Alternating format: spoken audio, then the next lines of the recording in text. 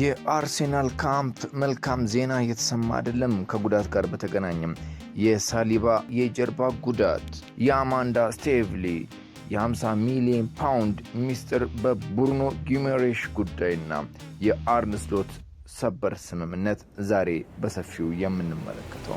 ሰላም ጤና ይስጥልኝ የሃፍ ታይም ስፖርት ተከታታዮች፣ ቻናላችን አዲስ ቤተሰብ ሆናችሁ ሰብስክራይብ እንድታደርጉ ስዩም ፍቃዱ በአክብሮት ጋብዛለሁ። ላይክ ሼር በማድረግ ቤተሰብ ሁኑ። በቀጥታ ወደ መረጃዎቹ እናልፋለን። ወደ መጀመሪያው ትልቅ ዜናችን ስንሄድ የአርሴናል ደጋፊዎችን በከፍተኛ ድንጋጤ ውስጥ የከተተው የዊሊያም ሳሊባ ጉዳይ ነው። በ2026 የፊፋ ዓለም ዋንጫ ፈረንሳይ ከስፔን ባደረጉት ታላቅ የግማሽ ፍጻሜ ጨዋታ ላይ ሳሊባ በ29ኛው ደቂቃ ላይ ያለ ምንም ንክኪ እንግዲህ ሜዳ ላይ መውደቁን ሁላችን ተመልክተናል። የታችኛውን ጀርባውን ይዞ በከፍተኛ ህመም እንግዲህ ሲናጥ የሚያስመለክት ቪዲዮ ነው የነበረው። ለአርሴናል ደጋፊዎች ይሄ ነገር መልካም አልነበረም። ለመሆኑ ሳሊባ ለምን በዚህ ደረጃ ተጎዳ የሚለውና ምክንያቶቹን እስቲ በዝርዝር እናያቸው። ቀደም ሲል የነበረበት ህመም አንደኛው ለዚህ ምክንያት ነው። ሳሊባ ወደ ዓለም ዋንጫው ከመምጣቱ በፊት ላለፉት በርካታ ወራት ቀላል የጀርባ ህመም ነበረበት። ይህንን ህመሙ እንግዲህ ደብቆና ተቋቁሞ ሲጫወት ነበረ። በትልልቅ ጨዋታዎች ላይም ተባብሶበታል። በተለይ ጉዳቱ መጀመሪያ አካባቢ ላይ በነበረው የውስጥ ውድድር በፕሪሚየር ሊግና በሌሎቹ ላይ በተወሰነ መልኩ የነበረ ቢሆንም ክለቡ ከፓሪስ ሴን ጀርሜን ጋር ባደረገው የቻምፒየንስ ሊግ ፍጻሜ ላይ ግን ይበልጥ ተባብሶበት ነበረ ሳሊባ ላይ የጀርባ ህመሙ። ለዚህ ምክንያቱ ደግሞ ከፍተኛ የጨዋታ መደራረብና ድካም ነው። ይህ ተጫዋች ያው እንደሚታወቀው ተጫዋቾች ማሽን አይደሉም። ብዙ ጊዜም የተጫዋች ወኪሎች ይህን ጉዳይ ያነሳሉ። የተጫዋቾች ማህበርም ይህን ጉዳይ ያነሳል። የጨዋታ መደራረብ ጋር በተገናኘ አርሴናል እንግዲህ የፕሪሚየር ሊግ ዋንጫን በበላይነት ባጠናቀቀበት የውድድር ዘመን ሳሊባ ከ50 በላይ ጨዋታዎች አድርጓል። ይህ በአካሉ ላይ ከፍተኛ ጫና ፈጥሮበታል። አሁን ላይ ያለው ሁኔታ ስንመለከት የፈረንሳዩ ሌኪፕ ሪፖርት እንደሚያሳየው ሳሊባ የጀርባ ቀዶ ጥገና ሊያስፈልገው ይችላል። ይህ ከተከሰተ ደግሞ ከ2 እስከ 4 ወራት ከሜዳ ይርቃል። ይህ ማለት የኮሚኒቲ ሺልድ እና የአዲሱ የፕሪሚየር ሊግ ውድድር መጀመሪያ ጨዋታዎች ያመልጡታል ማለት ነው። ኢቭን የቻምፒየንስ ሊግ ጨዋታዎችም ጅማሩ ላይ ሊያመልጡት ይችላሉ። አርሴናል በአስቸኳይ ወደ ገበያው ወጥቶ የአስቶን ቪላውን ኤዝሪ ኮንሳን እና ወይም ደግሞ ማክሴንስ ላክሩዋን ለማስፈረም ጥረት እያደረገ መሆኑ ተነግሯል። የብሩኖ ጊሜሬሽ የዝውውር ውዝግብ እና የአማንዳ ስታቭሊ ሚስጥርን እስኪ ደግሞ እንመልከት።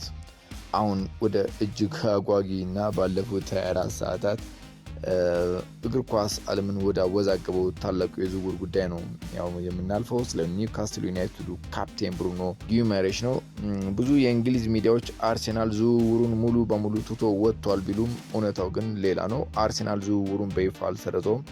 ነገር ግን ባለፉት ሰዓታት ነገሮች በጣም ተካረው ለአሁኑ የዝውውር ገበያ መናጋት ምክንያት የሆነው የአማንዳ ስታቭሊ ሚስጥር ይፋ ሆኗል። አማንዳ ስታቭሊ በኒውካስል ቤት ከዚህ ቀደም ቦታ ነበራቸው። ከፊርማና የተለያዩ ጉዳዮች ጋር በተገናኘ ተደራዳሪ የነበሩ ናቸው። እንደሚታወቀው እስኪ ምንድን የተፈጠረው እንመልከተው። አርሴናልን እንግዲህ ያታለለው የ50 ሚሊዮን ፓውንድ ወሬና የአማንዳ ስታቭሊ ምላሽ ከሰሞኑ ተሰምቷል።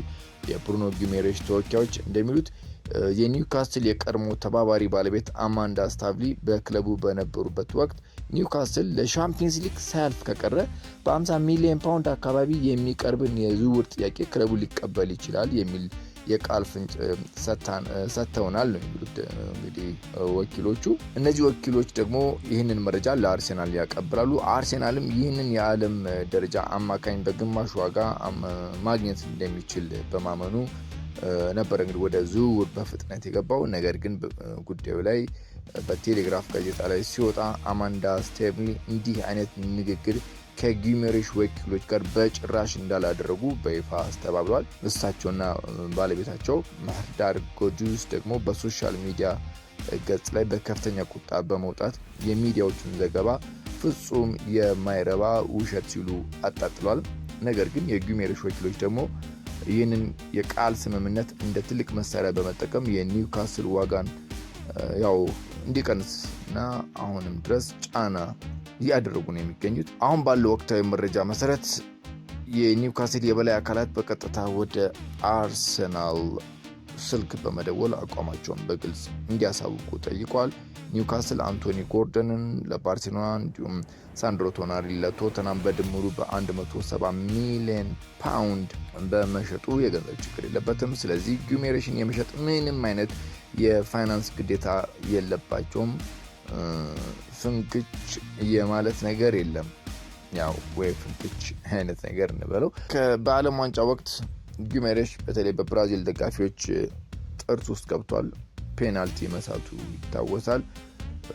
ድራማው በዛ ብቻ አላበቃም። ብራዚል በዓለም ዋንጫ ላይ በኖርዌይ ተሸንፋ እንግዲህ ስትወጣ ፍጹም ቅጣት ምት መሳቱ ቅር አሰኝቷቸዋል ደጋፊዎችን። ይህን ተከትሎ እንግዲህ የቡድኑ አባት ዲክ ጊማሬሽ በኢንስታግራም ገጻቸው ላይ እጅግ ጠንከር ያለ ምላሽ ነበር የሰጡት። ወደ ሜዳው ገብቶ መደረግ ያለበት ለማድረግ ትልቅ ድፍረት ይጠይቃል። ከተመልካች ወንበር ላይ ሆኖ ግን አስተያየት መስጠት በጣም ቀላል ነው። ተንታኞች መደረግ ያለበትን ማድረግ የሚለውን ቃል በጣም ቀላል ነው ብለው ነበረ። እንግዲህ ከዚህ ንግግራቸው በኋላ ተንታኞች መደረግ ያለበትን ማድረግ የሚለውን ቃል ቡድኑ ኒውካስልን ለቆ ወደ አርሰናል ለመዛወር የሚያስፈልገውን ያንን ከባድና ደፋር ውሳኔ ለመውሰድ ዝግጁ መሆኑን የሚያሳይ ምስጢራዊ መልእክት ነው እያሉ ነው። አርሰናል ዝውውሩን ባይሰርዘውም ለኒውካስል 100 ሚሊዮን መክፈል ግን በፍጹም አይፈልግም። አሁን ባለው መረጃ መሰረት አርሰናል የኒውካስልን አቋም ለመፈተሽ በ72 እና 80 ሚሊዮን ፓውንድ መካከል ያለው ዋጋ ለማቅረብ እየተሰናዳ ነው። ይህ ካልተሳካ ግን ክለቡን ሙሉ ለሙሉ የአትሌቲኮ ማድሪድ አጥቂ ጁሊያን አልቫሬስ ላይ ያደርጋሉ። የመጨረሻ ወሬያችን የሚሆነው የአርነ ስሎት ጉዳይ ነው። ትልቅና አነጋጋሪ ነው ለሊቨርፑል። ሰሞኑ እንግዲህ አሁን በቅርብ ቀናት ከትናንት ጀምሮ በወጣ መረጃ የሆላንድ ብሔራዊ ቡድን አርነ ስሎትን አዲሱ አሰልጣኝ አድርጎ ለመሾም ፍላጎት አሳይቷል። በንግግር ላይ ናቸው ከአርነ ስሎት ጋር ተብሏል። ይህ ዝውውር ሊቨርፑል አሰልጣኙ ማባረሪያ ሊከፍለው የነበረውን በሚሊዮን የሚቆጠር ፓውንድ የስምምነት ማቋረጫ ክፍያ አድኖለታል ማለት እንችላለን። ምንድነው ቢያንስ ከ7 እስከ 8 ሚሊዮን ፓውንድ የመክፈል ግዴታ ነበረበት።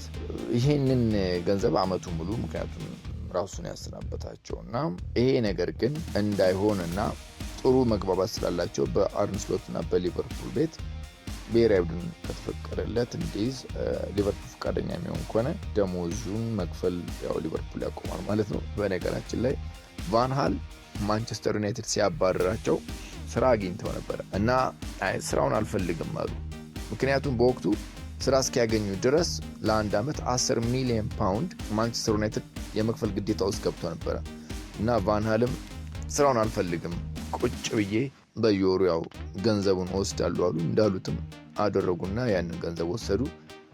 እንደዚህ አይነት እድል አሁን አርነ ስሎት ነበራቸው። ቁጭ ብለው ገንዘባቸውን ማግኘት ይችላሉ፣ ግን ችግር የለም ወደ ስራ መመለስ ፈልጋለሁ በማለታቸው እንግዲህ ከተሳካ አዲስ ነገር ካልተፈጠረ የኔዘርላንድ ወይም የሆላንድ ብሔራዊ ቡድን ይረከባሉ ተብሎ ይጠበቃል።